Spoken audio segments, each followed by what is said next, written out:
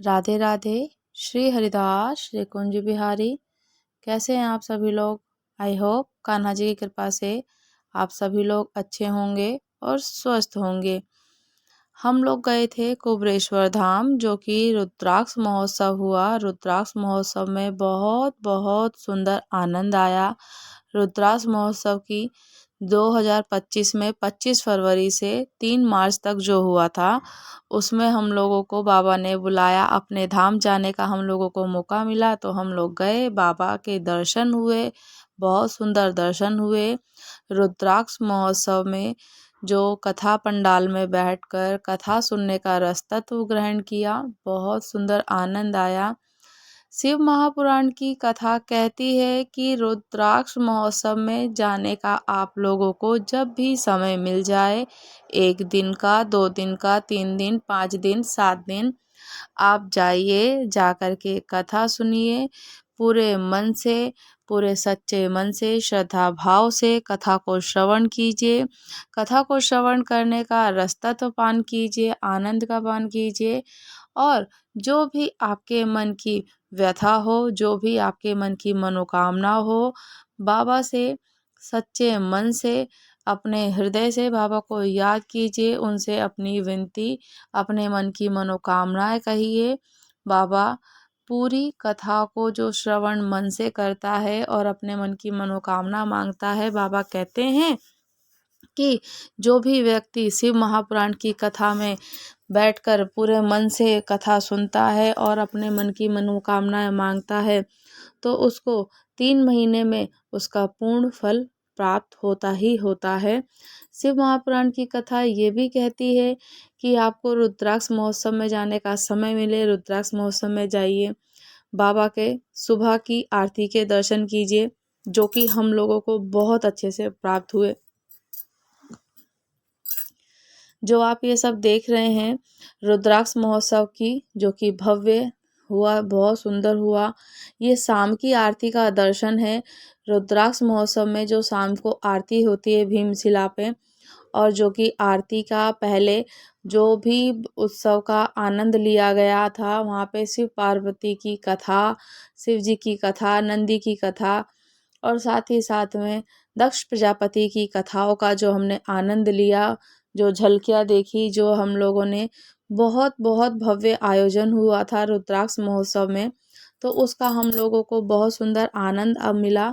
और हम लोगों ने जो कि शाम की आरती के दर्शन किए, बहुत अच्छा लगा। बाबा कहते हैं कि जो भी आप शिव महापुराण की कथा में बैठने का, सुनने का समय मिले, जाइए, बैठिए, अपने मन की व्यथा की बातें महादेव पिताजी से कहिए और अपनी छाती ठोक करके कहिए, सीना तान के कहिए कि मैं अपने बाबा के, अपने बाप के घर जा रहा हूँ या अपने बाप के घर जा रही हूँ, और बाबा कुछ ना कुछ दे करके ज़रूर भेजते हैं।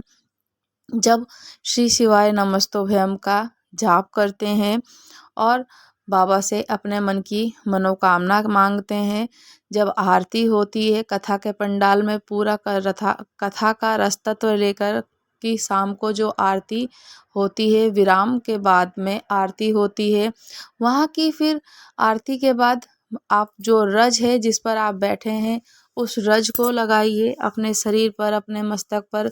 जहाँ भी हमें रोग हो, परेशानी हो, दुख हो, कष्ट हो, उस रज को अपने शरीर पर धारण कीजिए। जहाँ भी हमें रोग परेशानी होती है, उसको रज को लगाना चाहिए। और उस रज की महत्वता इतनी बढ़ जाती है कि उस रज को आप अपने साथ घर पे लेकर के आ सकते हैं। थोड़ा सा आप उस रज को ले लीजिए, रोज तिलक के रूप में मस्तक पर धारण कीजिए। श्री शिवाय नमस्तोभयम का जाप करते हुए आप उस रस तत्व का जरूर पान कीजिए, जो बाबा सबकी झोली भरे। कहते हैं कि किसी पुरुष की जेब खाली ना हो और किसी स्त्री की गोद खाली ना हो, तो बाबा सबके मन की मनोकामनाएं अवश्य पूरी करें।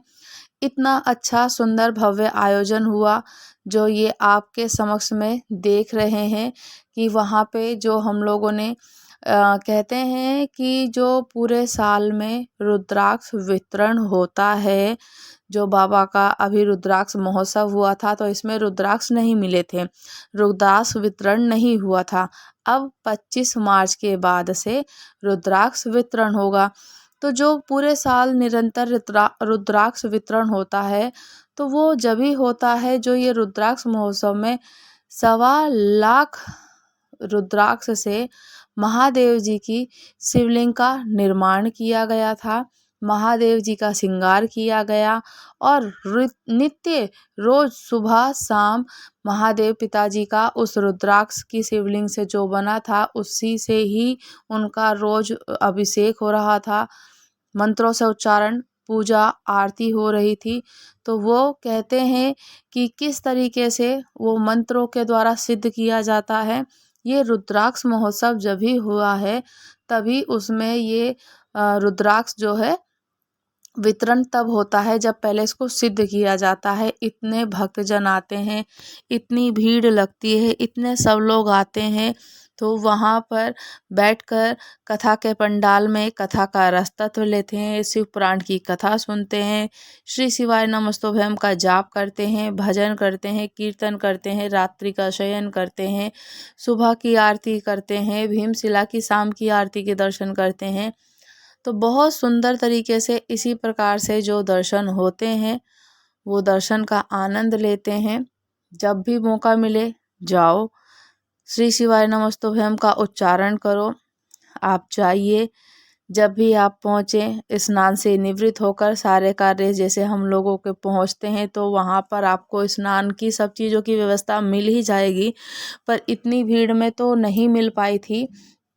तो बहुत ही जगह ऐसे लगे हुए थे कि हर जगह स्नान के लिए, खाने के लिए बहुत सारी जगह व्यवस्थाएं थीं। तो जहाँ जिसे जगह मिल जाए, जहाँ जिसे जैसी व्यवस्था मिल जाए वो व्यवस्था कीजिए, बैठिए।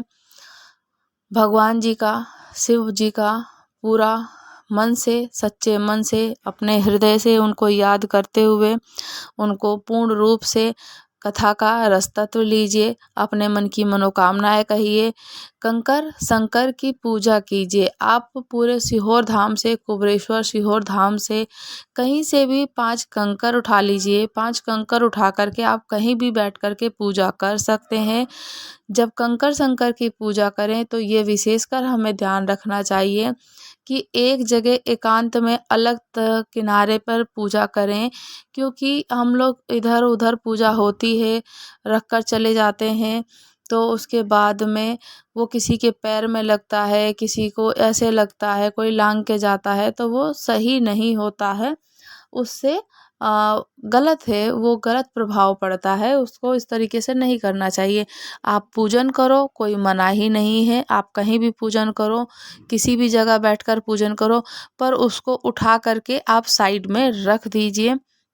जो भी आप पूजन की सामग्री लेकर के गए हैं, धूप दीप नैवेद्य, जो भी आपके पास फल फूल है, श्रीफल है, नारियल, उसको आप चढ़ाइए। पूजन की सारा सामग्रियों से पूजन कीजिए, जल को समर्पित कीजिए, अपने मन की मनोकामनाएं पूर्ण कीजिए। कहिए कि बाबा, इस मनोकामना को रखते हुए मैं ये पूजन अर्चन कर रही हूँ, आपने मुझे मौका दिया, आपके समक्ष में आए, आपके धाम में आए, आपके दर्शन हुए, बहुत सुंदर आनंद हुआ।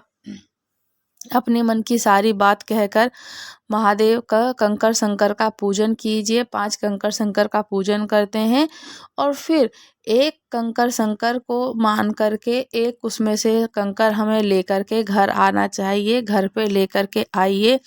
जिस प्रकार से आप अपने ठाकुर जी की, श्री जी की, अपने महादेव पिताजी की, घर में जो शिवलिंग की हो, आप जिस प्रकार से हमारे घर में देवता पितर होते हैं उसी प्रकार से वो कंकर भी लेकर के कंकर शंकर के रूप में विराजित कीजिए, लेकर आइए। उनका नियमित रूप से रोज इसी प्रकार से पूजन अर्चन कीजिए जैसे हम घर में और भी करते हैं। इसी प्रकार से करने के बाद में अपने वहाँ पे भीमशिला है, बिल्कुल भीमशिला के दर्शन कीजिए, भीमशिला की पूजन कीजिए। वो भी जो आपको फल फूल दीप नैवेद्य श्रीफल जो लेकर के जो आपके समक्ष मिल जाए, वहाँ भी बहुत ईजिली मिल जाता है, लेकर के जाइए, जल चढ़ाइए, पूजन कीजिए, अपने मन की मनोकामना कहिए और इस प्रकार से आनंद लीजिए। आपको कुबरेश्वर धाम जाएं, दर्शन कीजिए, जहाँ पे कल्लू जी महाराज, पंडित प्रदीप मिश्रा जी बैठ कर के जहाँ कथा करते हैं, कथा के पंडाल में जाएं और जहाँ पे कल्लू जी महाराज जो कि जहाँ पे कथा करते हैं, बैठते हैं, वहाँ के दर्शन कीजिए, भीमशिला के दर्शन कीजिए, शिव जी की दर्शन कीजिए, गौशाला के दर्शन कीजिए। रात्रि में आपको एक रात्रि का शयन मिले तो आप एक रात्रि को ज़रूर वहाँ ठहर कर के शयन कीजिए। ऐसा नहीं कि गए, कथा सुनी 1 घंटा 2 घंटा और आ गए। जाइए, कथा सुनिए, रसतत्व लीजिए और रात्रि का शयन कीजिए। आपको जो भी मौका मिल जाए, जैसे भी मौका बन पड़े, आप वो काम कीजिए। वहाँ पे थोड़ी-सी साफ-सफाई है या फिर किसी को जल पिलाना, किसी को भोजन कराना, जो आप घर से अपने लिए बना कर के लेकर गए हैं, तो उसको आप, जो आपके अड़ोसन-पड़ोसन, धड़ोसन जो भी हो, आप सबको थोड़ा-थोड़ा सा उनको खिला दीजिए। खिलाने के बाद में उनके मुख को ज़रूर जूठा करा दीजिए। अपने फल हो, फूल हो, जो भी लेकर के जाते हैं सबको खिलाइए। सबसे थोड़ा-सा श्री शिवाय नमस्तुभ्यम का मंत्र उच्चारण करते रहिए।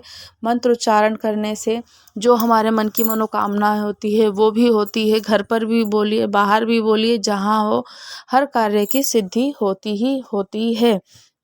तो हमें हर वक्त श्री शिवाय नमस्तुभ्यम का जाप करिए। जो भी आपको करना है कीजिए। हम लोगों को बाबा ने बुलाया, हम गए, हमें बहुत सुंदर। और हम लोग जिस दिन पहुँचे थे उस दिन फुलेरा दूज था। 1 मार्च को फुलेरा दूज था। फुलेरा दूज के लिए बहुत सारे उस दिन उपाय बताए गए थे, जैसे कि धतूरे का और हल्दी का। तो ये उपाय रोग मुक्ति के लिए भी है। और धतूरा सबसे पहले किसने चढ़ाया था भगवान महादेव पिताजी को? शिव जी को सबसे पहले धतूरा राहु ने चढ़ाया था, कि उसके पास कुछ नहीं था चढ़ाने के लिए, तो अब क्या चढ़ाऊं? तो राहु ने धतूरा भगवान जी को अर्पित किया था। और कहते हैं कि शिव पंडाल में बैठकर आप जो भी मांगो तो बाबा सबकी मनोकामनाएं पूर्ण करता है। 3 महीने में करता है, पूरी करता है। और इसी प्रकार से आप अपने मन की मनोकामनाओं को पूर्ण कराने के लिए, मन की अपने बात को कहने के लिए महादेव पिताजी के पास। और जब कहते हैं ना कि जो शिव महापुराण की कथा चलती है, तो शिव महापुराण की कथा में जो छठा दिन होता है, शिवरात्रि का दिन होता है। शिवरात्रि का दिन माना जाता है। उस दिन और भीड़ हो जाती है, उस दिन और भीड़ बढ़ती चली जाती है। शिवरात्रि कहते हैं कि छठे दिन की कथा का जो रसतत्व लेते हैं। और छठे दिन की जो कथा है, शिवरात्रि का दिन माना जाता है कि मासिक शिवरात्रि एक महाशिवरात्रि, और जब शिव पुराण की कथा होती है तो छठा दिन शिवरात्रि का माना जाता है। तो कहते हैं कि छठे दिन की जो भी कथा सुनता है या आता है, और 7वें दिन की कथा को, जो विराम कथा होती है सुबह 8 बजे से 11 बजे तक की हुई थी, उसको सुनकर जो भी अपने अपने गंतव्य की ओर बढ़ते हैं, तो उसको बाबा कहते हैं ना कि जब हम कहते हैं कि अपने बाप के घर जा रही हूँ, अपने पिता के घर जा रहा हूँ, तो बेटा और बेटी को भगवान बाबा भोलेनाथ कुछ ना कुछ देकर जरूर भेजते हैं, कभी खाली हाथ नहीं भेजते हैं। शिव महापुराण की कथा ये भी कहती है कि आप जो बैग भर के लेकर गए हो, महाराज जी ये भी कहते हैं कि जो आप बैग भर के लेकर गए हो उसको लेकर के जाओ, अपने घर पे अनपैक्ड मत करो, ऐसे ही पैक रहने दो। बाबा तुम्हारी विनती इतनी जल्दी सुनेगा कि 3 महीने में वापस तुम्हें आना पड़ेगा, और तुम आओगे, बाबा तुम्हारे मन की मनोकामना पूरी करेगा। तो कंकर शंकर का पूजन करें, भीमशिला के पूजन करें, दर्शन करें, रुद्राक्ष का दर्शन करें। रुद्राक्ष महोत्सव में जाने का समय मिला, मौका मिला तो जाइए। 1 दिन की ही भले क्यों ना कथा सुनने को मिले, तो 1 दिन की कथा सुनिए, जो कि हमें बहुत बहुत सुंदर आनंद सुख प्राप्त हुआ। जो आप ये डिस्प्ले पे देख रहे हैं, वहाँ पे इतना सुंदर मतलब आयोजन हुआ था, इतना भव्य आयोजन हुआ था कि महाराज जी की कृपा से, बाबा की कृपा से सब कुछ हम लोगों को इतने अच्छे से देखने को मिला। बिल्कुल हम तो भीमशिला के सामने बैठे, और महादेव पिताजी का जो 21 जो ये रुद्राक्ष बना, रुद्राक्ष से शिवलिंग तैयार किया गया है, वहीं बैठे थे हम लोग बिल्कुल सामने उनके समक्ष, जो कि सुबह शाम अच्छे से हमें दर्शन हुए, आरती के दर्शन हुए, उनके दर्शन हुए। हम लोगों को पूजा करने का पूरा पूरा सही से जगह मिल गई थी। भीड़ तो थी, पर भीड़ में आगे बढ़ते बढ़ते, धीरे धीरे करते करते, शांति बनाए हुए सब लोगों ने अच्छे से दर्शन किए। जो अभी चल रही है ये माता प्रस्तुति और दक्ष जी की और सती माता की कथा चल रही है, जो कि माता सती होने के लिए अग्नि को प्रज्वलित करती हैं और अपना देह त्याग कर देती हैं। तो इस प्रकार की लीलाएं चल रही थी, जो कि बहुत सुंदर आयोजन हुआ और हमें तो बहुत अच्छा लगा। हमें तो बहुत बहुत सुख प्राप्त हुआ, सुख मिला, आनंद मिला। हम लोगों ने 3 दिन की कथा सुनी। प्रथम दिन, जो कि जिस दिन फुलेरा दूज था, तो 1 मार्च को। दूसरे दिन की कथा बहुत अच्छे से सुनी। उस दिन भी हम लोगों ने पूरी रात्रि का शयन वहीं किया, सीहोर में ही। तीसरे दिन की, जो सुबह 8 बजे से लेकर के 11 बजे तक की कथा थी, हम लोगों को तीसरे दिन आगे बढ़ना था, क्योंकि उस दिन थोड़ा ऐसा होता है ना कि ज़्यादा भीड़ हो जाती है, पूरी पब्लिक इस तरीके से निकलती है, सभी लोग निकलते। तो हम लोग पहले थोड़ा जल्दी चले गए थे, क्योंकि हम लोगों ने 1-2 घंटा कथा सुनी। फिर हम लोग चले गए महाकाल। महाकाल भोपाल से सीधे हम लोग गए उज्जैन, जो कि उज्जैन जाने में भी हमें बहुत समय लगा। हमें नहीं पता था कि हम वहाँ से, और हम जा सकते थे, पता भी कर लेते, क्योंकि वहाँ पे जब कथा चल रही थी, कथा होता है तो वहाँ पे ना पूरे ही रुद्राक्ष महोत्सव में, पूरे सीहोर में कहते हैं कि पता नहीं क्यों नेटवर्क बंद करा देते हैं। जैमर लगा हुआ था, तो फ़ोन का जो नेटवर्क ही नहीं आ रहा था, नेटवर्क इशू था। ना फ़ोन चल रहा था, ना कोई वीडियो का अपडेट हो पा रहा था, ना लाइव का। तो इसीलिए ना उस टाइम इस तरीके से ब्रेक लगा कि हम लोग ना लाइव कर पा रहे थे, ना कोई वीडियो की अपडेट दे पा रहे थे, और किसी को कोई कॉल भी नहीं कर पा रहे थे। तो जब वो शिव पुराण की कथा होती है रुद्राक्ष महोत्सव में, तो ये पता हमें चला कि वहाँ पे जैमर लगा हुआ था, वहाँ पे कोई किसी से कांटेक्ट नहीं हो पा रहा था। कहते हैं शायद इसलिए कि महादेव पिताजी ये कह रहे हैं कि पूरी कथाओं का अच्छे से दिमाग लगा के, मन को लगा के, शांति से कथा पे ही ध्यान दो और कथा ही सुनो। जो चीज़ तुम पाने के लिए आए हो, प्राप्ति के लिए आए हो, उसी चीज़ को पाओ, इधर उधर मत मन भटकाओ। और ये एक तरीके से ये तरीका बिल्कुल सही भी था, अच्छा लगा। और फिर हम लोगों को पता भी नहीं था कि क्योंकि हम लोग कभी, जो नेटवर्क ही नहीं चल रहा था, नेट ही नहीं चल रहा था, तो पता कैसे करते। तो हम लोगों को वहाँ से निकल कर हम लोगों ने ऑटो करा। ऑटो, आपको कैब, इको, जो कि वैन वगैरह होती हैं, बस बहुत अच्छे से ईज़िली मिल जाती है। पर हाँ, बहुत लंबा सफ़र है। भोपाल से उज्जैन जाना बहुत लंबा सफ़र हो गया था, बहुत समय लगा। और अगर हम ट्रेन से जाते तो ट्रेन में थोड़ा सा रेस्ट कर लेते, बट ट्रेन का ना कि कोई टिकट था, ना ही लोकेशन मिल रहा था, ना कोई सर्च करने का ऑप्शन मिल रहा था। फर्स्ट टाइम गए थे, कुछ पता ही नहीं चल रहा था, कोई आइडिया ही नहीं मिल रहा था। तो हम लोगों ने ऑटो से गए। ट्रेन में जाने से एक ये था कि कंफर्ट जोन था थोड़ा सा, और थोड़ा लंबा सफ़र के साथ साथ हम लोग वहाँ पे सो बैठ सकते थे। ट्रेन में तो थोड़ा सा रेस्ट मिल जाता, बट ऑटो में, बस में ना कोई रेस्ट वगैरह नहीं हो पाया। तो हम लोग जब वहाँ से, भोपाल से, सीहोर से निकले, तो हम लोग गए उज्जैन। उज्जैन जाने में हमें बहुत समय लगा, कम से कम 3 से 4 घंटे का ज़्यादा सफ़र हो गया था, 4 से 5 घंटे मान लीजिए, क्योंकि लंबा सफ़र था और ऑटो में जाना तो बहुत टफ हो गया था, बहुत डिफ़िकल्ट।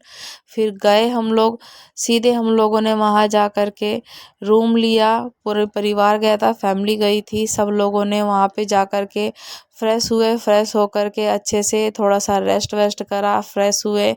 रेस्ट करने के बाद में हम लोग निकले फिर दर्शन करने के लिए बाबा महाकाल के। तो महाकाल के सुबह में दर्शन, शाम को तो हम, क्योंकि हमें पहुंचने में शाम हो गई थी, तो हम लोगों ने काफ़ी जगह दर्शन कर लिए थे। जो कि हम लोग गए सबसे सर्वप्रथम काल भैरव जी के दर्शन हमें बहुत अच्छे से हुए। जैसे मानिए कि ऐसा सामने से प्रकट, सामने से भगवान जी दिखते हैं ना, इतने अच्छे से दर्शन हुए। सबसे पहले गए काल भैरव के दर्शन करे हमने। फिर काल भैरव के पास में ही सिद्धि माता, हरसिद्धि माता, और वो है एक शक्ति पीठ है, वहाँ भी दर्शन हुए बहुत अच्छे से। गढ़काली माता के दर्शन करे हमने। गढ़काली माता वहाँ पे देखा भी होगा देखने वालों ने काफ़ी, कि गढ़काली माता है। गढ़काली माता के बहुत अच्छे से दर्शन हुए। छोटा गणेश के दर्शन, बड़े गणेश के दर्शन, हर सिद्धि माता के और हर शक्ति पीठ के। तो हम लोगों ने बहुत अच्छे से आनंद लिया। जो पूरा शाम का टाइम था, शाम का समय था, तो हम लोगों ने वहीं पे अपना इधर उधर छिपरा जी के पास में बड़े हनुमान जी का मंदिर था, गणेश जी का मंदिर था, वहाँ पे दर्शन किए अंदर। फिर हम लोग महाकाल के कॉरिडोर पहुँचे। महाकाल के कॉरिडोर में जाकर वहाँ पे पूरा, जो कि इतना बड़ा कॉरिडोर बना है कि बहुत ज़्यादा बड़ा है महाकाल का कॉरिडोर, वहाँ पे दर्शन करे हम लोगों ने। तो हम लोगों को बहुत अच्छा लगा। वहाँ पे सारी लीलाएं, सारी झांकियाँ कि कैसे कैसे क्या क्या दर्शाया गया है। अमृत मंथन, शिव जी बारात लेकर के चले, पूरे युग की उनकी कथाएं हैं कि शिव जी ने जब जब जिस तरीके से हर रूप में, हर जन्म में लिया है रूप, तो वो उनकी कथाएं हैं, लीलाएं हैं, पूर्ण रूप से उनकी कथाओं का वर्णन है। कॉरिडोर का मतलब यही होता है कि पूरे में महादेव पिताजी की झांकियाँ मिली, पशुपतिनाथ जी के दर्शन और महाकाल जी के दर्शन। फिर हम लोग इतना थक गए थे, वहाँ का जो आसपास का थोड़ा सा मार्केट था लोकल, वो भी साथ साथ देखने को मिला। मंगल प्रदो जो कहते हैं मंगल दोष, जहाँ पे भात पूजन होता है, तो वहाँ पे भी मंगल दोष जिसको लगा हो तो वहाँ जाके भात पूजन कराते हैं। तो वो वाले भगवान जी के, महादेव पिताजी के भी दर्शन हुए। बहुत अच्छा लगा, बहुत आनंद आया और अच्छे अच्छे से दर्शन हो गए। भीड़ नहीं थी वहाँ पे उज्जैन में, मतलब हमें अच्छे से दर्शन हुए। हम लोगों का फिर ये प्लान था कि चलो अभी हम लोग आसपास के बाहर जो इधर उधर के मंदिर है वो घूम लेते हैं, वो दर्शन कर लेते हैं, उसका आनंद ले लेते हैं। फिर हम लोगों का प्लान था, हम सोच रहे थे कि चलो सुबह की हम भस्म आरती देखेंगे। पर भस्म आरती जाने के लिए तो भाई बहुत ही ज़्यादा, क्योंकि पहले ही हम लोग 3 दिन के इतने टायर्ड थे, और भस्म आरती के लिए तो हमारी ना तो कोई बुकिंग थी, ना हमें कोई आइडिया था, ना कुछ था। हमने तो सोचा कि सुबह उठेंगे, नहाएंगे धोएंगे और तैयार होकर के बस चले जाएंगे, भस्म आरती के दर्शन करेंगे, वहाँ नंबर लगा लेंगे। 2-3 बजे से ही लगाना होता है नंबर भस्म आरती के लिए तो भाई। तो हम लोगों को यही था। पर हम 3 दिन से जो सीहोर में स्टे करे थे, सीहोर में ही थे, क्योंकि कथा के पंडाल में थे, नींद भी पूरी नहीं हुई थी, थकावट भी थी। तो हम लोगों के साथ में यही हुआ कि हम लोग जब गए वहाँ पे दर्शन करने के बाद में रात को अपने रूम पे पहुँचे होटल में, तो वहाँ पे तो भाई सब के सब सो गए। कोई उठ ही नहीं पाया सुबह, किसी की नींद ही, मतलब ऐसा था कि इनकम्प्लीट थी, सब थके हुए थे, तो सब के सब सो गए और सबको सब उठ ही नहीं पाए कि हाँ भाई। और सब लोग पता कब उठते हैं, सुबह 7-8 बजे उठे हैं। तो फिर जा कर के फिर हम लोग नहाए धोए, दर्शन करने के लिए तैयार हुए। तो सुबह फिर हम लोग सुबह गए महाकाल के दर्शन करने। रूम से निकलते हैं 8 बजे दर्शन करने के लिए। पर हाँ, वहाँ जब हम महाकाल में पहुँचे, महाकाल जी के बहुत अच्छे से दर्शन हुए, उनका बिल्कुल सामने से प्रत्यक्ष देखने को मिला। पर हमें नहीं पता था कि वहाँ पे वीआईपी एंट्री भी करा सकते हैं। वीआईपी एंट्री कराने के लिए पहले वहाँ पे किसी से बात करनी पड़ती है, टिकट कटाना पड़ता है, और आपको वीआईपी दर्शन भी हो जाएंगे। बहुत आसान से हो जाते हैं वीआईपी दर्शन वहाँ पे, क्योंकि कुछ लोगों को हमने देखा। पर हमें भी सामने से अच्छे से दर्शन हुए, बहुत अच्छा लगा। महाकाल के दर्शन किए, फिर हम लोगों ने खाना पीना खाया, थोड़ा सा आसपास की जो मार्केट थी वहाँ पे एक्सप्लोर किया, घूमे, आनंद लिया। मार्केट अच्छी थी वहाँ पे। तो देखिए मार्केट में तो वही है, अगर हम किसी भी तीर्थ स्थान पे जाते हैं, किसी भी जगह जाते हैं, मंदिर पे, तीर्थ स्थल पे, तो ज़्यादातर यही भगवान की चीज़ें हमें मिलती हैं। भगवान के लिए भोग प्रसादी, सिंदूरदानी, ये सारी चीज़ें हमें मिली। तो हम लोगों ने अपने लिए भाई सबने सिंदूर लिया। जो जो मैरिड हैं वो जाएं, कभी कभी भी किसी भी तीर्थ स्थल पे जाएं तो वहाँ से कुछ लो या ना लो, वो बाकी बातें हैं। अपने अपने लिए सिंदूर जरूर लेना चाहिए। सिंदूर तो हमें ले करके ही आना चाहिए। किसी भी तीर्थ स्थल पे जाएं तो वहाँ से सिंदूर तो ले करके ही आए, तो वो अच्छा होता है, शुभ होता है। बाकी ऐसा होता है कि कोई बहुत सी चीज़ें मिलती हैं सामान के लिए हमें किसी का बजट है, किसी का नहीं है, क्या चीज़ें, तो कोई ज़रूरी नहीं है कि सबको सब चीज़ें लेनी चाहिए। तो आप अपनी इच्छा के अनुसार ले सकते हैं।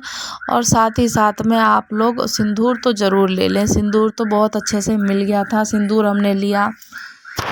अभी सिंदूर लेने के बाद में फिर हम लोगों ने छोटी छोटी सी सिंदूरदानी भी मिली थी तो हमने वो भी ली, थोड़ी बहुत शॉपिंग करी। शॉपिंग करने के बाद में हम लोगों को वापस आना था क्योंकि रूम एक ही दिन का लिया था और हम लोगों की फिर वापसी की टिकट थी, तो हम लोगों को वापस भी जाना था। तो हम लोग घर आए, वहाँ घर आए मतलब कि होटल वाले रूम पे गए और वहाँ जा कर के हम लोगों ने वहाँ से जो कहते हैं ना कि बाहर वो क्या करते हैं, अरे वहाँ से रूम खाली चेकआउट किया। चेकआउट करने के बाद में हम लोग फिर ऑटो बुक करके पहुँचे भोपाल स्टेशन। वहाँ से प्लान बन रहा था कि त्र्यंबकेश्वर मंदिर हम चले जाएं, महाकाल के एक दर्शन के बाद में एक ज्योतिर्लिंग के और दर्शन कर लें हम लोग त्र्यंबकेश्वर महादेव जी के। पर लंबा सफ़र था, वहाँ से भी 12 घंटे का सफ़र था और हमारी टिकट वापसी की थी। तो फिर हम लोगों ने प्लान तो बहुत कोशिश करी कि जा पाएँ, पर नेक्स्ट डे जो रात में हम लोग सोए तो वो उसकी वजह से जो लेट हुआ, पूरा शेड्यूल चेंज हुआ। फिर क्या हुआ, क्योंकि अगर त्र्यंबकेश्वर जाना था तो 12 घंटे का सफ़र था, 4 घंटे आना, 4 घंटे का जाना उज्जैन से और 4 घंटे का अंदर दर्शन करना, जो भी आप मंदिर में आपको 4 घंटे में दर्शन मिल जाए वो हो। तो फिर उसके बाद में हम लोग गए और हम लोगों ने आनंद लिया। फिर हम लोगों का कोई हमारा प्लान ही नहीं था, इस तरीके से हम लोग वापस आए। तो भोपाल स्टेशन जाना था। अब उज्जैन से हम लोगों ने फिर जो टिकट कराई भोपाल की, भोपाल से स्टेशन जो पहुँचे हैं 2-3 घंटे का हम लोगों ने सफ़र करने के बाद 3 से 4 घंटे भी ज़्यादा लग गए, 5 घंटे। 5 घंटे में हम लोग पहुँचे हैं भोपाल। भोपाल में हम लोगों ने भोपाल स्टेशन पे स्टे किया। देन उसके बाद हम लोग पहुँचे हैं, ट्रेन हमारी सुबह की 3 बजे की थी, तो हम लोग वहाँ पे 3-3 घंटे 4 घंटे तो ऐसे ही हमने 3 घंटे बिताए स्टेशन पे बैठ कर के, क्योंकि ट्रेन अब 2-3 घंटे के लिए कहीं क्या दूर रूम लेना। फिर इसके बाद हम लोग स्टेशन पे ही रहे और जब ट्रेन आई तो वापस अपने घर की ओर रवाना हो लिए। और इस तरीके से हमने पूरा जो सडन प्लान बना सीहोर से, सीहोर का आने का, सीहोर जाने का, सीहोर में कुबेरेश्वर धाम में गए, शंकर का पूजन किया, भीमशिला का पूजन किया, रुद्राक्ष महोत्सव का जो महोत्सव चल रहा था उस कथा का रसतत्व ग्रहण किया। और किसी को भी मौका मिले ज़रूर जाएं, जो पूरे साल रुद्राक्ष मिलता है। तो ये रुद्राक्ष जो कि 25 जनवरी से बंद था और 25 मार्च तक, तो 25 मार्च के बाद अब रुद्राक्ष वितरण होने लगेगा। जो पूरे साल तक रुद्राक्ष वितरण होता है, जब रुद्राक्ष महोत्सव होता है तो इसी मंत्रों के द्वारा उसको सिद्ध किया जाता है रुद्राक्ष को। और कहते हैं कि जब रुद्राक्ष लेने के लिए कोई भी अगर जाता है तो उनके हाथ रंगे जाते हैं, उनके नाखून रंगे जाते हैं। बाबा कहते हैं कि जो भी रुद्राक्ष को लेकर के हाथ को रंग लगवाता है, हाथों पर रंग लगवाता है तो रंगीन हो जाती। तो ऐसे ही कि जिस तरीके से रुद्राक्ष लेकर के आप जा रहे हैं अपने हाथ रंगवा के, तो बाबा सबकी ज़िंदगी भी, सबकी खुशियाँ भी ऐसे ही रंगीन कर दे, भर दे उसकी झोली। और यही कह कर के, यही मनोकामना करके जाते हैं, रुद्राक्ष लेते हैं और जो कि पूरे साल अब वितरण होगा। तो 25 मार्च के बाद कभी भी रुद्राक्ष लेने के लिए जा सकते हैं। जाइए और आराम से आनंद लीजिए। कथा को पूरा पूरा सुनना चाहिए। कथा सुने। और शिव महापुराण की कथा यही कहती है कि जब भी आप जहाँ भी तीर्थ स्थल पर जाएं, पूरे मन से, पूरे, क्योंकि जो शिव महापुराण की कथा है, शिव कहते हैं, वाचक भी शिव हैं, श्रवण करने वाले भी शिव हैं, बोलने वाले भी शिव हैं। शिव ही कथा करते हैं और शिव ही कथा सुनते हैं। तो श्री शिवाय नमस्तुभ्यम का जाप करते हुए, श्री शिवाय नमस्तुभ्यम बोलते हुए आप अपने मन के गंतव्य की ओर बढ़िए। बाबा से अपने मन की मनोकामनाएं कहिए, बाबा से अपने मन की बात कहिए। बाबा से अपने मन की बात कहते हुए, अपने मन की रखते हुए मनोकामनाओं को पूर्ण करने के लिए बाबा जरूर आएंगे। 3 महीने में तो बाबा पूरी करते ही करते हैं। और फिर से जब रुद्राक्ष लेने आप जाएं, तो रुद्राक्ष लेने के लिए 25 मार्च के बाद दोबारा आप कभी भी जा सकते हैं। 25 मार्च के बाद जो रुद्राक्ष वितरण होगा, तो बाबा के और अच्छे से दर्शन करने का आनंद, जो सुख प्रदान होगा, वो कर सकते हैं। आप जाइए, कल्लू जी महाराज के दर्शन कीजिए, ठाकुर जी महाराज के दर्शन कीजिए, भीमशिला के दर्शन कीजिए। वहाँ पे मुरली मनोहर नाम से गौशाला है, गौशाला के दर्शन कीजिए। और आनंद लीजिए और रात्रि का शयन करने को मिल जाए, रात्रि को शयन कीजिए। वहाँ पे आपको जो भी साफ सफाई का, जो कि खाने में भंडारे घर में खाना चलता है तो वहाँ पे पूजन अर्चन होता है और वहाँ पे काम होता है, वो सामग्रियाँ बनती हैं, तो आपको वो भी जो भी समय मिल जाए तो कीजिए। वहाँ पे थोड़ा हाथ बटाइए, तो वो काम जो कहते हैं ना कि आप थोड़ा सा करेंगे, किसी का मुंह जूठा कराएंगे, किसी को पानी पिलाएंगे, किसी को खाना खिलाएंगे, जो भी आप अपने घर से बना करके लेकर के गए हो वो आप खिलाओ अपने अड़ोसन को, पड़ोसन को, धड़ोसन को, किसी को भी आप खिलाओगे तो बाबा जो देगा आप अपनी डायरी में लिख करके रख लो। जो देगा उससे 4 गुना बढ़ा करके ही देगा और ज़्यादा ही देगा। तो बाबा देता ही देता है, तो बाबा की कृपा ऐसी है कि बाबा ज़रूर देता है। तो अपने मन की मनोकामना पूर्ति के लिए, अपने मन की सुख शांति के लिए, घर की सुख शांति के लिए, वंश वृद्धि के लिए, घर के कार्य के लिए, शुभ कार्य के लिए आप पूजा पाठ में भगवान जी के, महादेव पिताजी के जो उपाय हैं वो उपाय भी करना चाहो उपाय भी कर सकते हैं। और उपाय क्या करना है वो तो कहते हैं कि 1 लोटा जल सारी समस्या का हल। आपको कुछ नहीं आता है, कुछ मत कीजिए, आप जाइए महादेव पिताजी को 1 लोटा जल चढ़ाइए, 1 लोटा जल समर्पित कीजिए और सारी समस्याओं का हल पाइए। तो आप लोगों को जो ये चर्चा करी हमने, सिर्फ चर्चा कैसी लगी मुझे कमेंट करके ज़रूर बताइएगा। अगर आप लोग चैनल पर नए हैं तो चैनल को लाइक कीजिए, शेयर कीजिए और कमेंट कीजिए और सब्सक्राइब करना तो बिल्कुल भी ना भूलें। चैनल को ज़रूर सब्सक्राइब कीजिएगा।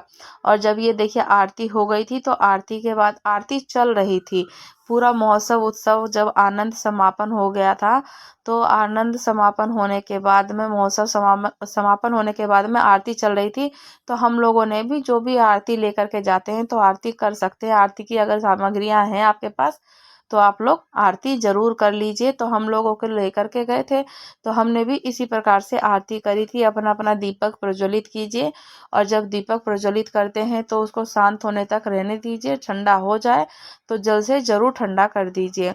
और अगर आप लोग चैनल पर नए हैं तो चैनल को ज़रूर सब्सक्राइब कीजिए। राधे राधे, श्री हरिदास, श्री कुंज बिहारी। आप लोग ज़रूर से ज़रूर मुझे प्यारे से प्यारे कमेंट कीजिएगा। प्यारे कमेंट करते हैं तो मोटिवेशन मिलता है और आपको अपने एक्सपीरियंस भी शेयर करने हैं ठाकुर जी से रिलेटेड, भगवान जी से रिलेटेड, तो आप कमेंट्स के थ्रू अपने एक्सपीरियंस शेयर कर सकते हैं। तो राधे राधे, श्री हरिदास, श्री कुंज बिहारी।